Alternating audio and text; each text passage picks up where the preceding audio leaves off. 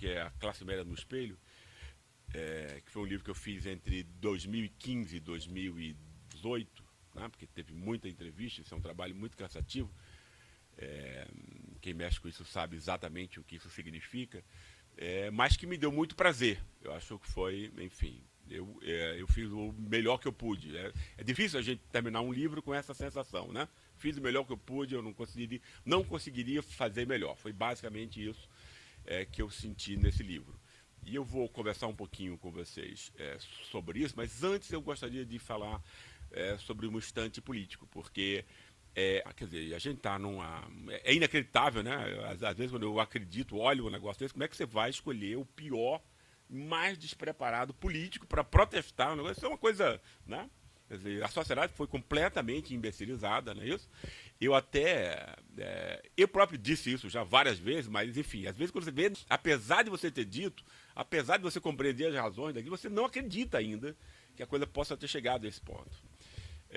Você simplesmente entregar todas as coisas aos seus inimigos, você roubar o futuro de 200 milhões de pessoas, etc.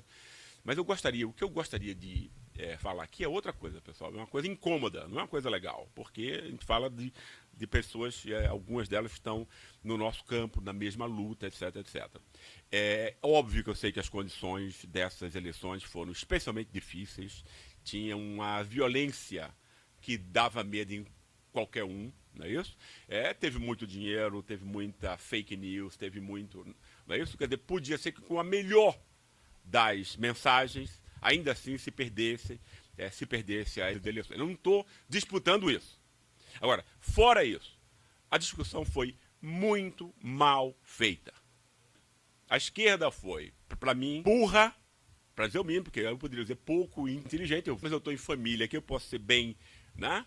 Foi burra e foi incapaz, para dizer o mínimo. Quando você opõe democracia e fascismo como como a bandeira política num país como o Brasil, dá vontade de perguntar para esse pessoal, você mora onde? Na Dinamarca, é isso? Né? Porque de fascismo, 80% ou 50% certamente já está acostumado desde que nasceu. Né? O fascismo prático. Ódio, humilhação, ausência de direitos, a polícia chegando esculachando na sua casa. Falando de fascismo para quem, companheiro? Uma campanha de classe média, né? Certo? Montada, eu estou falando da campanha nacional, montada para falar para dinamarqueses, os pianos e tal. Enquanto a gente tiver esse discurso superficial, imbecilizado, colonizado pela direita, a gente vai perder para a gente as mais despreparadas possíveis. Um pouco isso que eu gostaria de dizer, esse desabafo. E um pouco isso tem a ver, obviamente, um pouco não, tudo isso tem a ver com o livro sobre a classe média. Não é isso? Que, obviamente, foi uma política de classe média, feita por pessoas de classe média. E o fato de ser de esquerda era mínimo. A ausência de convergência entre essas pessoas é mínima. Né? É mínima. Tá? E o fato de eu estar morando em São Paulo deixa, para mim, isso mais óbvio ainda. É a mesma classe, as mesmas crenças, etc. Né? E você se escolheu dois partidos aí, PSDB e PT, a mesma coisa, basicamente. A mesma linguagem, pelo menos, entende? E eu acho que isso foi a causa, né? Uma causa importante, pelo menos, dessa debacle. E eu acho que você tem que dizer agora, se eu já dizia as coisas sem papas na língua, pelo menos eu tentava isso, eu vou dizer mais ainda, entende? Né? Porque isso atrapalha a vida de cada um, não é isso? Entende? Uma bobagem dessa, né? Acaba com a vida de muita gente, né? Expulsa do país uma série de gente, empobrece uma série de gente, entendeu? Quando eu penso em ideias, eu não estou pensando, a pessoa ali, puxa vida, seja educado com ela, entende? O que me importa é o seguinte, essas bobagens que estão saindo da boca desse sujeito, está desempregando quantos? Está humilhando quantos? Está desempoderando quantos? A única pergunta que eu faço. Ou seja, então a esquerda entre nós está precisando, né? Porque é uma esquerda ainda arrogante. O que dá raiva é que é arrogante, não tem humildade para aprender. Né? Há uma diferença importante entre ambição, pessoal, e arrogância. Né? Ambicioso eu sou muito, né? E até de uma forma que eu sei que deve ser patológica. Né? Eu sempre achei que se você trabalhar muito, de repente você faz 10% das suas ambições. Né? Agora, você tem que ser humilde. para você poder fazer coisa boa e grande, humilde, senão você não faz. Né? Agora, se você é arrogante, companheiro, você não faz nada de jeito nenhum, e eu acho que é a intelectualidade de esquerda, em grande medida, pelo menos o que ficou explicitado nessa campanha, porque eu achei até que tivesse aprendido alguma coisa. Então, você elogiar Lava Jato, entendeu? É de uma imbecilidade. Entende? Não tem nenhuma outra. E não é um fragmento, não. Quer dizer, a Lava Jato não é um assunto entre 20 assuntos, não. Dizer, se você acha que a Lava Jato é um assunto entre 20 de igual importância, então você não entende nada sobre o que está acontecendo no seu país. Entende? Né? A Lava Jato é o núcleo da mentira, né, que está empobrecendo e assaltando esse país. É só porque existe a Lava Jato, que está atraindo a atenção do país inteiro para ela, que você tem um assalto 500 vezes maior. Não é exagerado, não, os números mostram isso, né? Que é 1000 vezes maior do que o que a Lava Jato está dizendo também, e não está fazendo. Não? É uma ação criminosa, um engodo, que blindou o sistema financeiro, que é quem rouba, blindou os órgãos de comunicação, que é quem mente, blindou o poder judiciário, que ninguém aqui com mais de 5 anos sabe que é menos corrupto do que o sistema político. Né? O cara faz uma bandalheira dessa, né? E você elogia. E isso é a base, o núcleo. Não existe outra mensagem conservadora no Brasil do que a Lava Jato. Não existe nenhuma. Se você não compreende isso, então você é burro. Não, claro, depois desses anos todos, é incrível isso, né? Entende? E aí os dois candidatos de esquerda, apoiaram a Lava Jato. Entende? Quer dizer, o que diabo a gente vai fazer? Quem é que espera ganhar alguma coisa? Convencer as pessoas da questão que estava envolvida, que era por que as pessoas ficaram mais pobres. Essa era a única questão importante nessa campanha. Explicar para as pessoas não é o que é fascismo, nem o que é democracia. É porque elas perderam emprego, e porque elas perderam poder de compra, e porque elas ficaram miseráveis. A resposta que a população brasileira tinha ouvido até então é que era corrupção política. Né? E aí você elogia a Lava Jato. Olha que legal. Né? Olha que coisa inteligente. Para onde você vai com a esquerda dessa? Imbecilizada, arrogante, incapaz de aprender. É esse tipo de pergunta que eu me faço. Enfim, quer dizer, vocês me perdoem a raiva, enfim, porque isso não tem como. Né? Eu fiquei quietinho a campanha toda.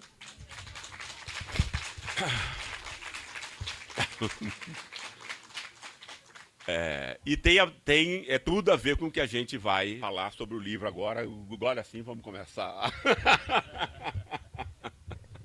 entrar no outro campo aqui. Como foi que eu fiz esse livro, né? Quer dizer, qual é o interesse dele? Obviamente eu quis fazer um projeto que eu tenho, me dedicado a ele, e que tem a ver com uma ideia que eu tenho de que o Brasil é interpretado, primeiro, de uma forma só, tanto pela direita quanto pela esquerda. A prova é exatamente o que a gente tinha discutido antes. Não existe várias interpretações, existe uma interpretação. Uma. Por quê? A gente tem que ver que diabo é uma interpretação sobre a sociedade. Aquela que vai juntar, encadear as questões, e não isso significa que você deva iluminar um fragmento da realidade apenas. Né? Você pode ter grandes contribuições, iluminando fragmentos importantes, Celso Furtado, Florestan Fernandes, etc., mas que não reconstruíram a totalidade da explicação do funcionamento daquela sociedade como um todo. Ou você faz isso como um todo, ou o discurso que antes existia, totalizador, vai engolir a sua explicação fragmentada. Né? Eu aprendi isso aonde? Eu aprendi isso estudando Max Weber, né? E a sua sociologia das religiões. Toda grande religião mundial conseguia grandes adeptos quando ela explicava de modo convincente 3 questões. De onde a gente vem, quem a gente é, para onde a gente vai. Certo? Se você não responde isso, você não tem uma teoria. Ok? A gente está aqui no curso de ciências, certo? A gente sempre acha o quê? Cada cabeça uma sentença, cada um tem uma teoria. Isso é mentira. Tá? Não tem nada a ver. No mundo moderno, 200 anos para cá, quando as grandes religiões deixam de ter a validade que antes tinham, que era definidora de tudo que é privado e público, substituir a política, porque é isso, a religião, pessoal, não é o que Marx pensava que fosse, né? Não é o erro, não é a sombra, a religião era a forma como os seres humanos compreendiam o mundo como um todo, né? Era a forma como eles exerciam política, quando a esfera da política não era uma esfera autônoma. A religião era tudo. Não entender o que era a religião é não entender como funciona o mundo moderno, por exemplo. Então, se as grandes religiões funcionavam assim, e se a sua eficiência dependia do poder de convencimento na articulação dessas questões, por quê? Porque essas questões são importantes para a gente como um prato de comida. Você não entende que essas questões são importantes como um prato de comida, a gente não entende como é que os seres humanos se comportam em qualquer instante histórico, em qualquer lugar. A gente não é movido por necessidades materiais e econômicas.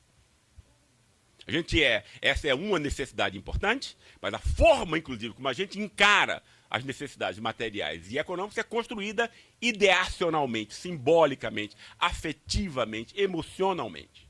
No mundo moderno, de 200 anos para cá, o que é que as pessoas fazem? O que é que acontece com a sociedade moderna? Elas inventam um mito nacional, a gente pode chamar isso de mito, o que quer que seja e tal, mas cada uma constrói isso, respondendo essas mesmas questões, usando a ciência agora, não mais a religião, como base para isso.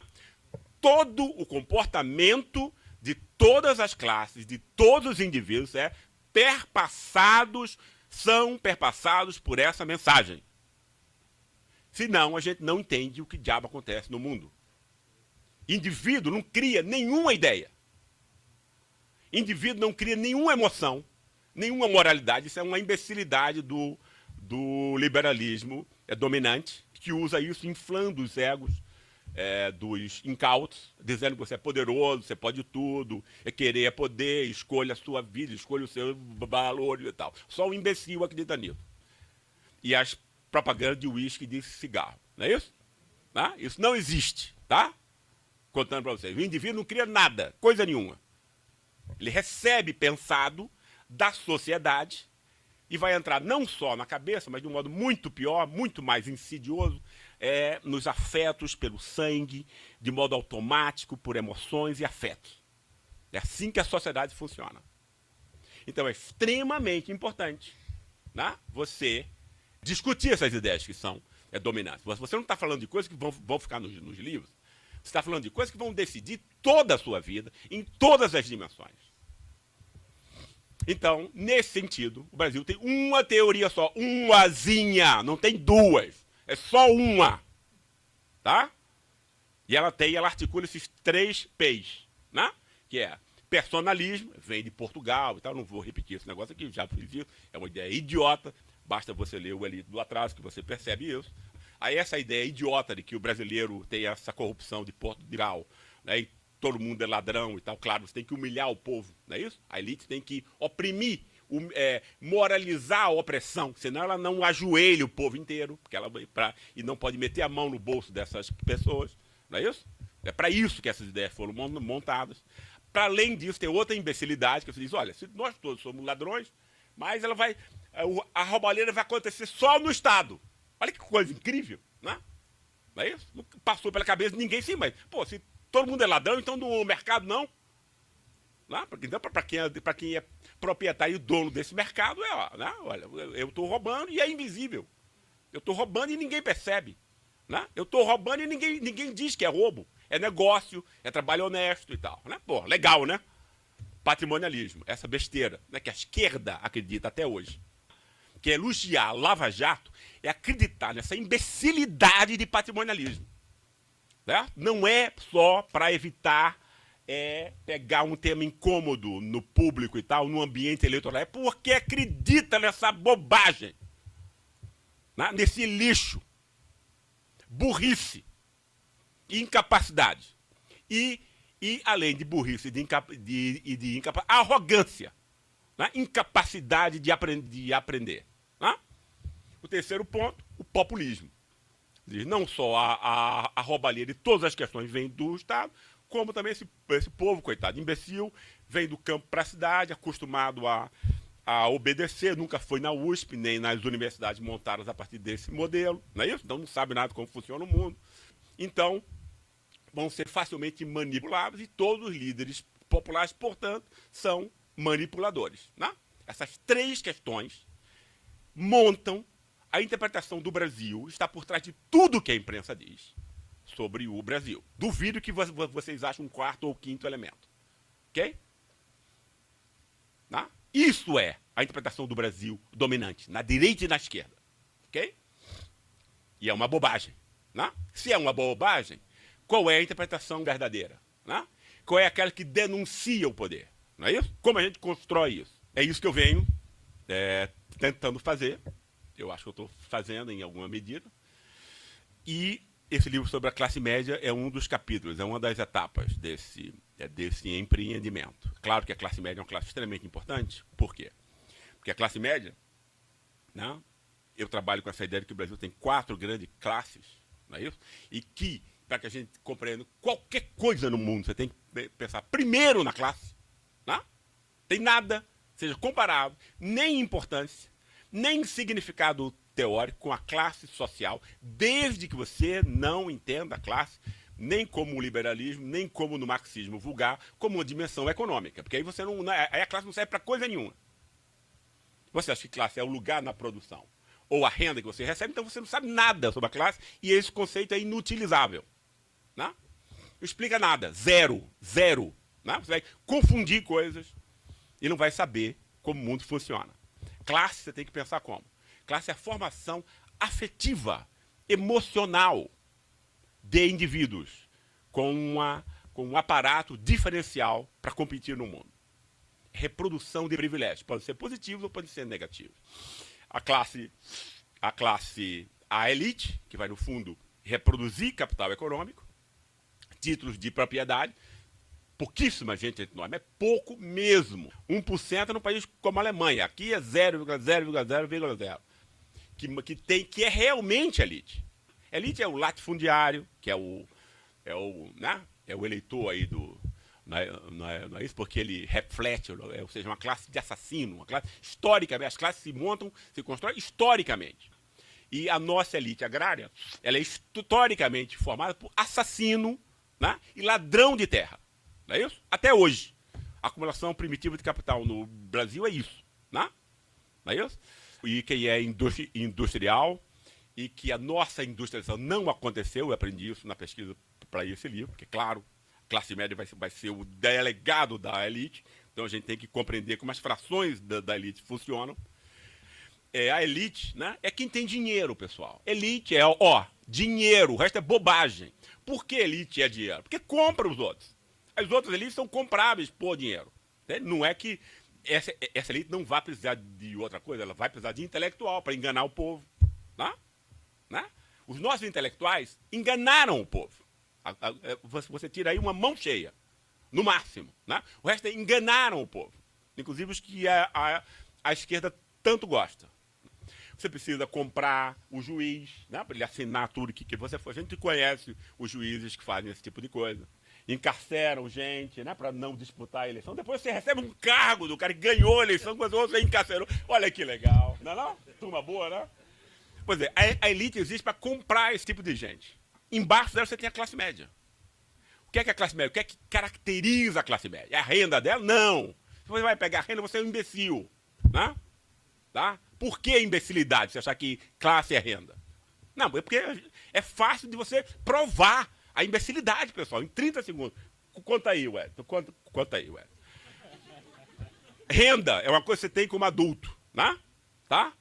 Aí alguém tem 1 milhão, o outro tem 1.000. Legal, o que diabo eu faço com essa informação? Literalmente nada, nem para marketing serve. Né? Por quê? A única questão importante é saber que diabo aconteceu. Né? João ganha 1 milhão, Zé ganha 1.000. Né? O que foi que aconteceu na adolescência, na infância de João e de José, que fizeram com que, chegando na idade adulta, um ganhasse 1 milhão e o outro 1.000. Quanto deu aí, Wesley? Pronto. Não? Não é isso? Eu estou errado? Entende? É imbecil ou não é isso? Né? Agora, a gente foi um povo completamente acostumado a achar que classe é renda. Inclusive a esquerda. Não? Entende? Então você esquece o principal. Reprodução de privilégios. Que é o invisível. E o privilégio da classe média é invisibilizado. porque é o privilégio do conhecimento. Né? A gente tende a achar que herança é essa coisa títulos de propriedade, não sei o que. Então, não é só isso, e nem é a mais importante. Quer dizer, a classe média vai receber de presente, desde o berço, os atributos do conhecimento. Por que o conhecimento é tão importante quanto o dinheiro no capitalismo? Primeiro, porque a maior força produtiva do capitalismo é o conhecimento. Depois, você não exerce nenhuma função relevante, seja no mercado, seja no Estado, sem conhecimento. Então, conhecimento é tão importante, né? É isso que a classe média quer passar para os filhos dela. É isso que vai explicar por que a classe média vai para a rua. Quando chega um partido e aumenta de 3 para 8 milhões o número de pessoas na universidade, entende isso? A corrupção vai ser o pretexto, não é isso? Mas quando você está atacando o bunker da reprodução de privilégios dessa classe, que é isso que acontece, essa classe vai reagir, vai sair à rua, né, nesse acordo antipopular entre elite e classe média, 20%. Né?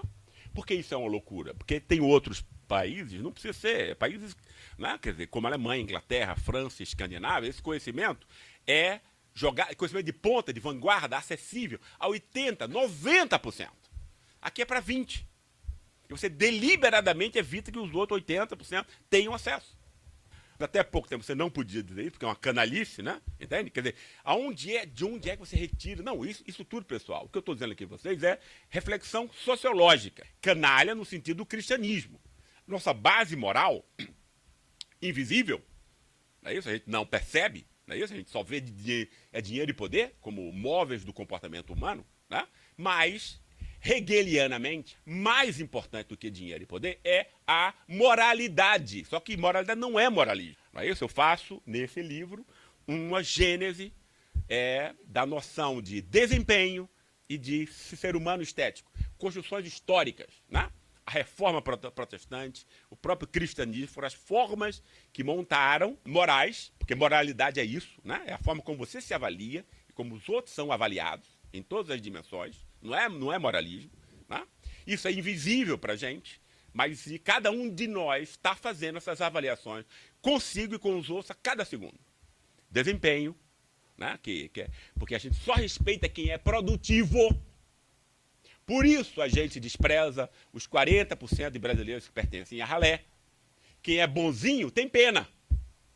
Quem é mau, despreza. Mas pena e o desprezo são duas partes de uma mesma moeda.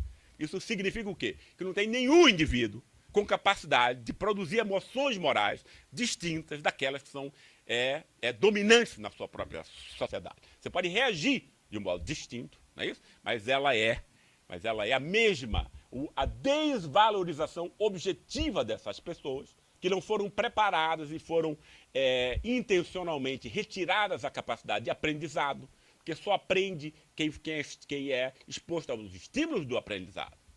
Capacidade de concentração, ninguém nasce, não é como você ter duas orelhas. Capacidade de concentração, amor à leitura. É assim que o ser humano é montado. O seu pai gosta de ler. Aí você ama o teu pai, você vai amar a leitura. É assim que passa a classe. É assim que emotivamente, afetivamente, os indivíduos humanos são construídos. Uma classe entre nós monta os seus filhos a partir disso. Está dado já, companheiro. Você chega com 5 anos, né, o tempo que você vai passar, a não ser que você seja um completo, né, desajustado por outras razões. Mas você está com um bilhete premiado.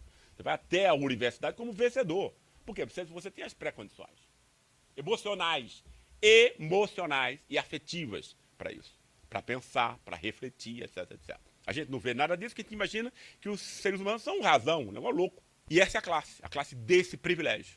Ou seja, ela vai monopolizar para si o conhecimento legítimo, que vai dar salário melhor, mas não só. Vai dar prestígio, vai dar reconhecimento. Né? Isso é tão importante quanto o dinheiro. O que a classe média, então, ela vai ter raiva quando tiver qualquer política que possa diminuir a distância de classe entre nós? Não é só porque o cara vai para a universidade e pode roubar. Isso é racional, né? Isso é uma extrema maldade, né? Canalice. Né? Porque, de novo, no cristianismo, o canalha, objetivamente, pessoal, ou seja, o conceito empírico de canalice, é o cara que odeia o frágil. Não existe nada pior no cristianismo do que você ter esse ódio covarde ao frágil, que é o que a nossa classe média tem. Mas aí, como é como esse discurso, como essa ideia, em termos de discurso público, é inaceitável, você tem que montar um pretexto. A corrupção é isso. Mero pretexto. O diabo que a esquerda está em volta nisso até o pescoço. Candidato que deveria denunciar isso diz que é legal. A Lava Jato aceita que é o... Você vai mudar isso aí quando? Você vai denunciar isso quando? Como? Então é uma coisa que é disseminada na classe média como um todo, direita e esquerda. Que a esquerda é de classe média. E é do moralismo postiço da classe média. Não conhece o povo. Tem a menor ideia da vida do povo. De quem eu sou para estar dizendo isso. Primeiro, eu não venho da classe média, eu sou classe média agora. Depois eu passei 4 anos da minha vida estudando esse pessoal. Isso é humildade, pessoal. É você chegar e dizer, não, eu não sei quem são essas pessoas. Como é a vida delas, eu não sei como é. Isso é humildade. Você pode ter ambição, eu quero explicar como esse pessoal se comporta. É uma senhora ambição. Você precisa ser humilde. Mas eu não sei, eu tenho que aprender. Como é que você aprende, entendeu? Foram 4, 5 anos de trabalho intenso que a política de classe média não faz. Não sabe como é, não sabe como funciona, não sabe quem essas pessoas são e acha que sabe.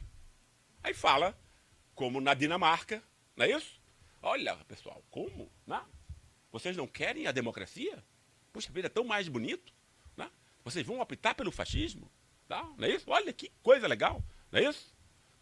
Essa classe média, que vai ser montada nisso, e ela vai se aliar à elite nesse esquema de dominação sobre os pobres, portanto, não é só uma exploração econômica. Não é isso só que o pessoal quer. Não? A classe média vai se associar à elite no prazer patológico, doente, sádico, masoquista, né, de humilhar o pobre. Por isso vem da escravidão. Né?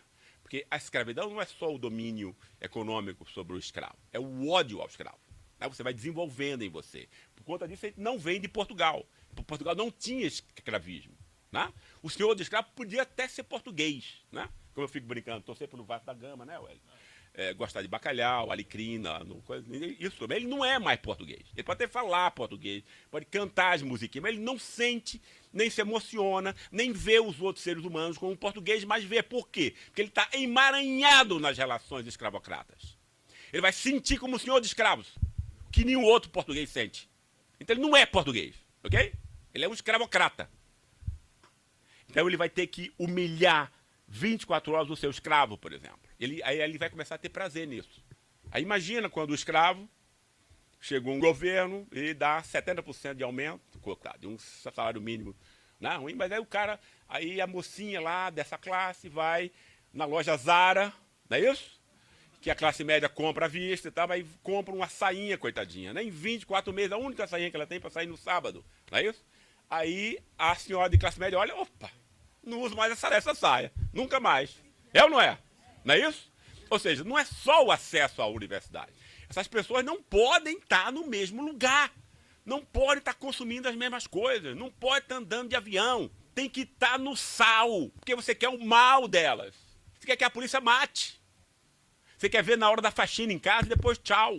Não é isso? Sem isso, a gente não entende como é que se forma esse tipo de classe média. Foi essa história que eu quis montar no livro. Como foi que eu montei esse livro? Primeiro, de onde vem essa moralidade da classe média, que obviamente não é brasileiro isso, mas isso vem, ou seja, nós não somos, isso aqui não é como essa nossa concepção sobre o Brasil ensina, diferente da França e da Inglaterra nisso. Na França, na Inglaterra, as pessoas também se avaliam umas às outras pela ética do desempenho ou pela ética da sensibilidade. A sensibilidade é aquele negócio, sou espírito, é tão espiritual, que é aquele negócio assim, você vai no restaurante francês, né? Você paga uma baba, não é isso? Aí vem quanto de comida? Pronto, é exatamente isso, né? Tipo assim, olha, eu sou tão espírito que nem comer eu preciso. Né? Tô aqui cheirando, tal, né? Tá achando bonito, aquele negócio estético, né? É uma relação estética com a comida. Isso aqui é. Aí você vai se considerar o quê? Superior àquele caboclo que pega aquele bifão gorduroso, não é não? Cheio de batata, aquele negócio, pronto. Esse é um animal, você vai dizer, olha aí, né? Entendeu? Né? Gosta de cachaça, cerveja barata, a gente não. Só francesinho, Vinhozinho, né, ué? Mas a classe média vai montar essa moralidade, portanto, né, que não tem a ver com dinheiro apenas, a partir dessas dimensões. Isso vai acontecer na França, na Inglaterra. É claro que no país como a França, a ética do desempenho foi generalizada para todos. Então, quer dizer, a polícia não pode chegar esculachando na cara de ninguém na França. Não é isso? Não é para dizer um negócio que eu nunca morei na França, um país como a Alemanha, você não pode chegar na casa de ninguém esculachando. Você está no salvo, você vai preso, o chefe da polícia vai preso, o governador vai ter que responder a isso. Entende? Coisas que acontecem todos os dias em Natal, São Paulo e tal, para parar. Não é isso? Cai o governo. Por quê? Porque você está sendo injusto com o cidadão. Por quê? Porque a lei diz que ele é cidadão? Não. É porque há as crenças partilhadas, que é o que importa no mundo, pelas pessoas e pela sociedade, diz que aquilo é um crime e que vai ter uma comoção e que todo mundo vai exigir que todo mundo responda aquilo. Você não chega, a polícia alemã não chega na casa de um turco desempregado e miserável esculachando na casa dele. Pode chegar, pode ter acontecido isso, mas isso ficou de algum modo, isso não foi conhecido. Tá? Porque senão ele vai ter que pagar. Não é isso? Aqui mas não é assim. E aí por que não é assim? Se tem essas mesmas fontes morais. Porque tem uma terceira dimensão nessa vida afetiva, emocional, dessas crenças que são difundidas. Porque a gente não é um ser racional, pessoal. A racionalidade é 10%. Eu sei que todos os cursos na universidade começam, não é isso? Com a assunção de que você é um indivíduo que pensa. Quer dizer, né? Então não pode ensinar muita coisa útil, não é isso? Porque não é verdade isso. Nós somos o quê? Fruto dessas ideias afetivas, emocionais, irracionais, quase sempre, que podem ser no máximo racionalizáveis. Pelo discurso público, etc., de algum modo, tornar as coisas importantes. Os seres humanos podem aprender, claro. Não é isso? Agora, o terceiro elemento é esse mito nacional. Quando você tem um mito nacional como o nosso, que diz que o povo mesmo é inteiramente ladrão, o roubo é só no Estado e na política. Por quê é na política? Porque você tem que criminalizar a soberania popular. Claro. Criminalizar a política. Por que você tem que criminalizar o Estado? Não é isso? Porque isso tudo, essa história da carochinha funcionou, começou a ser urdida entre nós, pessoal, quando o Getúlio tomou o poder da elite paulistana, em 1930. Tomou o Estado da elite paulistana. E é ruim você tomar o Estado da elite, por quê? Porque a elite quer o Estado para roubar. Aí sim, roubar de verdade. Meter a mão.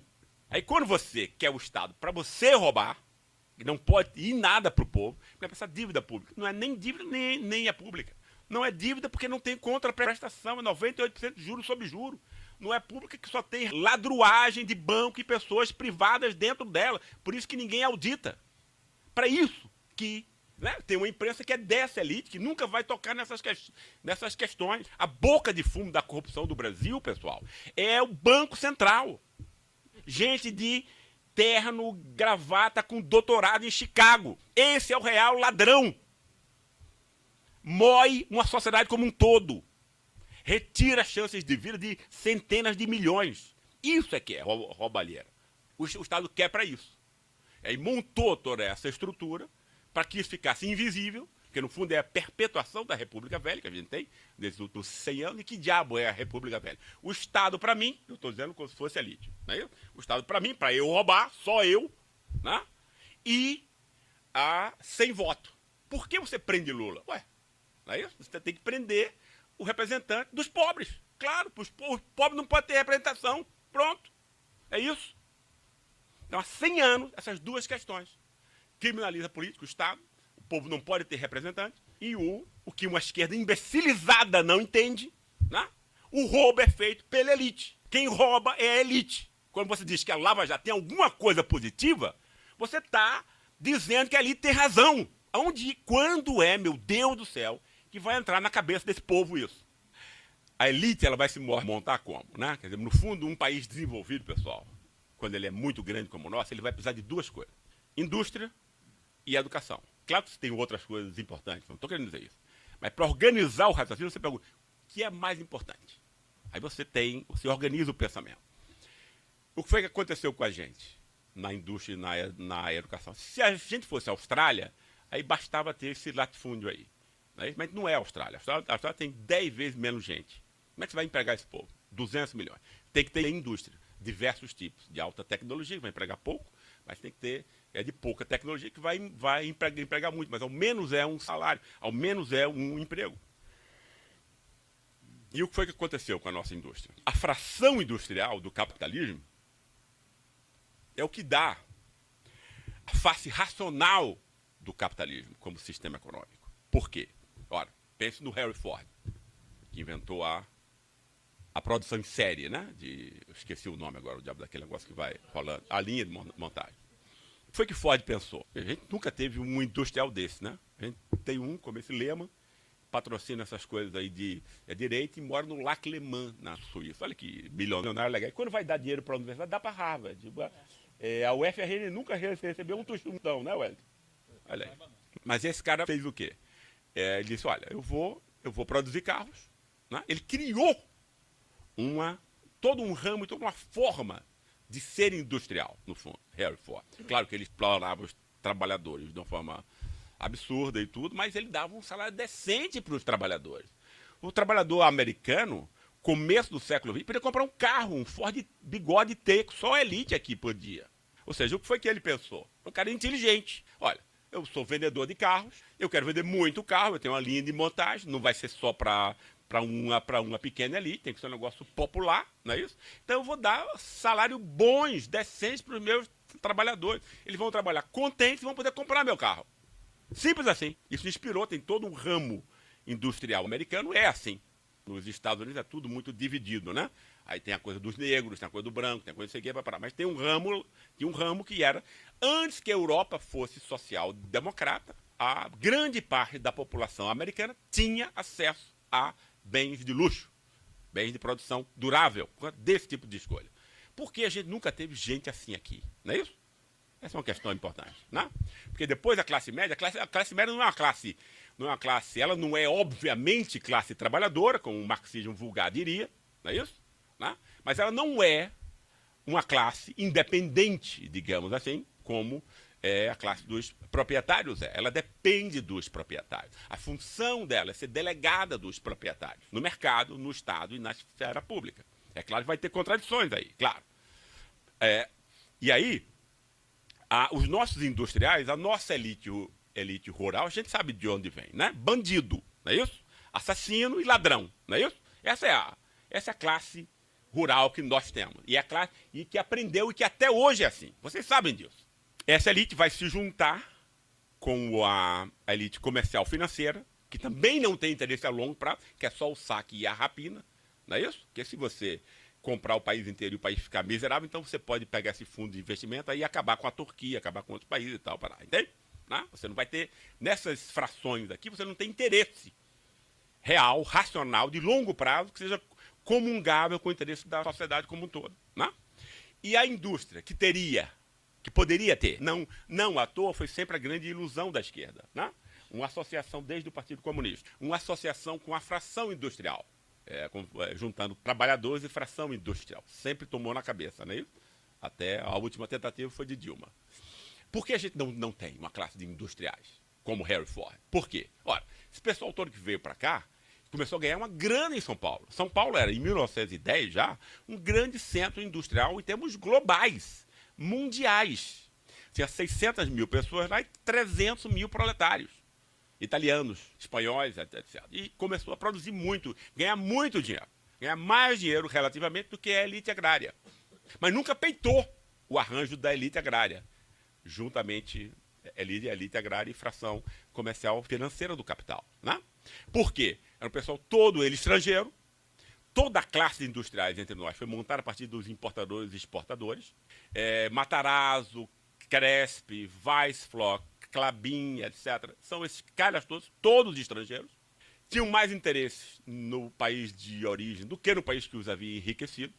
Né? Matarazzo e o Cresp, paradigmaticamente, apoiavam a Itália fascista, etc. Para não ter nenhum interesse no Brasil. Então, essa elite nunca peitou, nos seus próprios interesses de longo prazo, o arranjo das elites agrária e comercial financeira.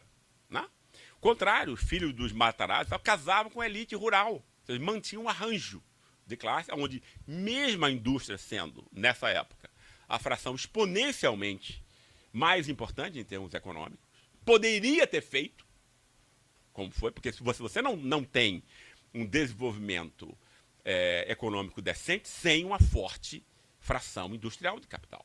Né? Ela vai estar quase sempre associada ao Estado. Aliás, é uma mentira do liberalismo. Nunca existiu, em nenhum lugar, nenhum capitalismo liberal, ou seja, sem ter sido montado pelo Estado. Montado pelo Estado. O capitalismo inglês foi montado pelo Estado. A rainha Elizabeth I montou a indústria. Criou uma marinha para proteger os mercados. Claro que era um capitalismo comercial, mercantilista e tudo. Né? Foi o Estado. Nos Estados Unidos, a mesma coisa. Não vou entrar nessa questão aqui. Leva um outro atalho. Né? E aí a gente foi condenado a quê? Sem uma classe industrial que não aprendeu historicamente a entender e a representar os seus interesses de fração. Você vai ter o quê? Quando houve industrialização, ela vai ser por interposta pessoa. O Estado, na época de Getúlio, depois nas multinacionais, com a ditadura militar. Então você não teve uma industrialização sem industriais. Então você tem o quê? O predomínio dessas frações retrógradas do capital, elite agrária, financismo, né? As duas montadas em quê? No saque e na rapina de curto prazo. Vão ter como grande aliado o quê? Na classe média. Porque eu aprendi o quê? Na classe média, as principais contradições não são as horizontais, que eu achava que fosse. Inclusive, na elite do atrás, eu estava começando a ler essas entrevistas e tudo, e fiz uma análise das frações horizontais na classe média. Mas eu fui aprendendo e vi que o quê? A contradição principal ela é vertical, ela é uma hierarquia. Tem uma alta classe média e uma massa da classe média. Né? Como eu não quero ficar usando essa coisa com renda e tal, eu estou misturando aí baixa e média, classe média, sobre o critério de renda no critério de massa da classe média. Não é isso? E a alta classe média, que antes de morar em São Paulo, eu confesso a vocês, não sabia nem quem era. Né? Eu comecei a ter amigos, inclusive de esquerda, advogados e tal, claro, né? Ganhava uma grana, ninguém ganha 200, 300 mil ao mês. Mas não é proprietário, é alta classe média. Uma pessoa dessa em qualquer outra cidade é o ricão da cidade, né? Entende? Né? Mas lá é mais um, tem centenas de milhares. Entende? Essa é a alta classe média. O CEO de um banco, pessoal, não é o banqueiro. Né? Eu tenho aqui entrevistas com o CEO de um banco, que é muito boa. Aliás, esse livro está muito bom, vocês deveriam comprar. Vai, né? Era. O cara é o quê? O cara é CEO de um banco, ganha uma grana boa, né? É claro que você começa... Por exemplo, Meirelles tem quase 1 bilhão. Aí claro que são... Né? Claro que com a quantidade, porque dinheiro é quantidade, não é isso? Com a quantidade de dinheiro e de interesse, você passa de uma classe para outra. As fronteiras são fluidas, né? Mas um CEO, ele está ali por quê? Ele está ali por causa do conhecimento dele. Ele aprendeu a esticar como você engana e moe os seus clientes, não é isso? Né? Porque o capitalismo financeiro é fraude pura, ou alguém tem alguma dúvida disso? Ladruagem, entendeu? Quer dizer, a máxima do capitalismo financeiro, pessoal, é aquela inversão da frase de Marx, né? Não é trabalhadores univos, é sonegadores de impostos do mundo todo, univos, não é isso? Mas sério, é exatamente isso, não é piada. Paraísos fiscais, fluxos paralelos de capital, etc. Né? Sim, o CEO está ali por causa do conhecimento dele. Ele representa o banqueiro, a família de banqueiro, ou o corpo de acionistas. Né? Então você tem aí uma alta classe média que vai estar colada nos interesses, que é 1 ou 2%, digamos, 2 ou 3 milhões de pessoas, contando com isso a família, etc. Né? Então, que tem real interesse em toda rapina e em todo saque. Foi importante perceber isso. Não é só a elite. A associação com a alta classe média é efetivamente orgânica e carnal. Esse pessoal ganha 200, 300 pau ao mês e que tem alguns milhões no banco, né? Esse pessoal, votando nesse esquema, está sendo muito canalha, tá, mas racionalmente compreensível. Compreensível, economicamente. Né? Porque a racionalidade é sempre esse cálculo econômico. Economicamente é compreensível que esse cara esteja votando no rentismo, esteja não sei quem tá parado, né? Mas para 98% você é imbecil, literalmente, há 100 anos. Porque, no fundo, como foi que foi montado essa coisa? É em termos de distinção, porque a gente nunca pode pensar só em dinheiro, porque a gente não compreende nada, de novo. Essa alta classe média, o que ela tinha de distintivo em relação à massa da classe média e à população como um todo, é que ela tinha acesso, desde 1900 e pouco, aos bens importados europeus. Então, o cara, já desde essa época, velho, o cara comia manteiga dinamarquesa, vinho francês, não sei o que, renda não sei de onde, tá? O mundo inteiro ele recebia, né? E saía na rua, era invejado por todas as classes, entende? Isso é tão importante, pessoal, quanto a conta bancária. Tem que pensar nisso. O estilo de vida que você leva. Porque ninguém vai invejar você, você vai ter poder, você vai poder, enfim, ter uma série de coisas aí que as pessoas, enfim, lutam por isso. As outras classes, a massa da classe média, ela vai ser muito dividida, né? Uma parte dela vai tender a ser de esquerda. Por quê? Porque ela vai compreender que o único caminho para ela ter um tipo de consumo minimamente razoável, como a elite tem, ela vai ter que apoiar a industrialização. Foi o que o pessoal na década de 30 já tinha isso, na Aliança Libertadora Nacional, por exemplo, né? Comandado pelo Partido Comunista. Petrobras, isso foi movimento de classe média, né? Claro que tinha gente do povo, mas era a classe dirigente dos trabalhadores só. A massa era de classe média, né? E também o pessoal que tinha medo de se proletarizar, de virar pobre, porque entre nós virar pobre é ser desumanizado, né? É não ter direito nenhum, é a polícia chegar esculachando e tal, para parar, entende? E esse pessoal que tem medo de se proletarizar e que não compreende as razões do seu empobrecimento, esse pessoal tende sempre. Claro que eu estou montando aqui coisas gerais, é claro que isso tem que ser montado, o livro é mais interessante do que eu estou contando aqui. Isso tudo é para vocês lerem, pessoal, isso tudo é um estímulo. Esse pessoal vai ser de direita, tender a ser de direita, como já era no integralismo. O integralismo tinha 500 mil pessoas de classe média, né? E a ALN tinha 500 mil também. Hoje em dia esse negócio mudou, você tem aí 70%, 80% de conservadores, né? E 20%, 30% basicamente, que é a conta que a gente tem hoje. E o último ponto que eu quis tocar no livro, que eu toco isso na conclusão, é que essa classe média, né? Eu tentei compreender essa classe média desde o início da industrialização, que é quando ela nasce, né? Mas desde o século XIX, as primeiras manifestações dela, né?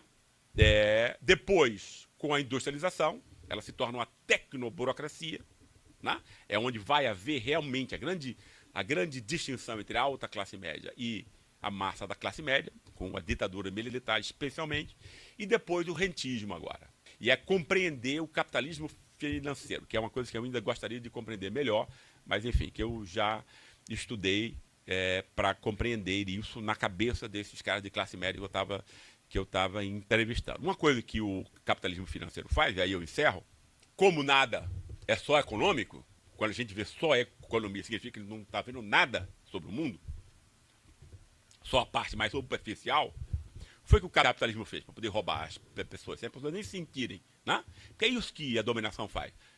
Como é que você rouba as pessoas sem ter que enfiar a mão no bolso delas? Ela vai tirar do bolso a carteira e vai entregar a você. Como é que você consegue isso?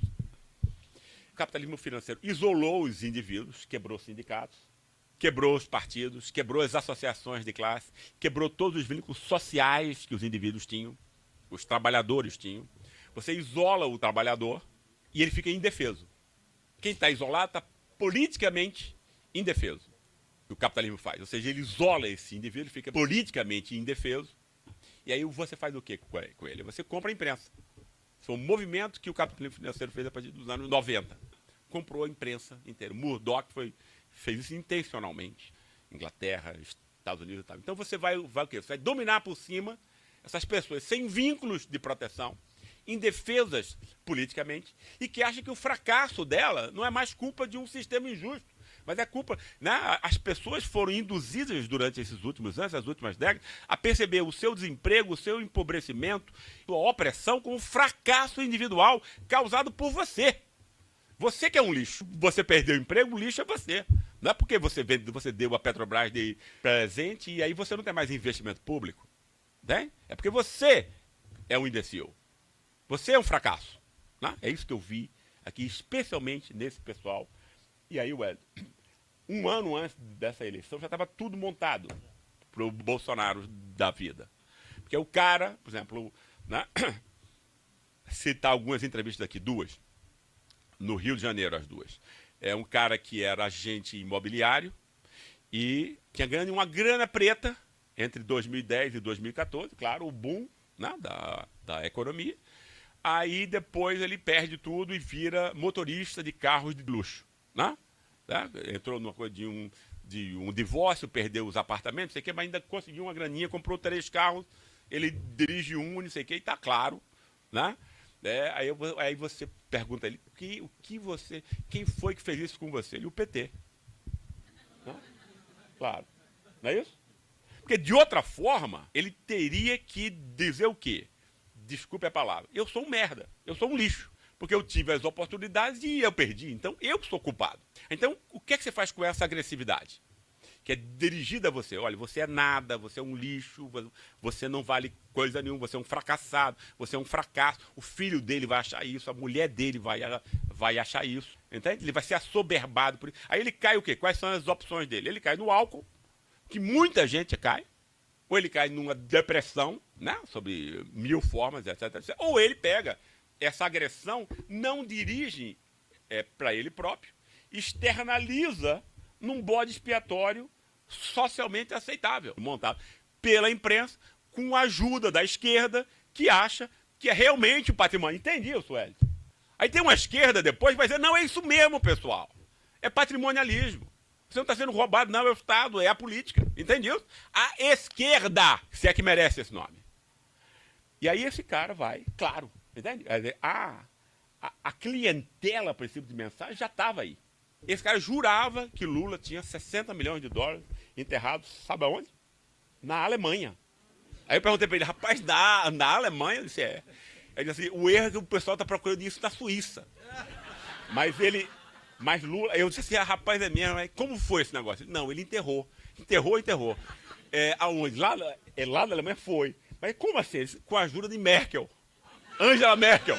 Aí eu fiquei imaginando a chanceler Angela Merkel. Eu vou ter que levantar para coisar isso, porque foi a imagem que eu tive assim. Merkel com a mas chama com a enxada, né? Lula, vem cá, Lula. Vamos lá, Lula. Aí, ó. Cavando o buraco para enterrar 60 milhões lá na... Vocês entendem? Quer dizer, aí a fantasia não é mais a coisa... não precisa ter nenhuma relação com a realidade. Não precisa ter nenhuma relação com a racionalidade pessoal. Por quê? Porque tem uma relação com as emoções. O cara está fazendo aquilo para ele não morrer espiritualmente. Entendeu? Se a gente não entende isso, a gente não entende o fascismo. Se a gente não entende isso, a gente não entende o que foi que aconteceu com a gente. Eu ia dizer alguns outros casos, mas já muito, eu encerro por aqui. Obrigadíssimo, pessoal.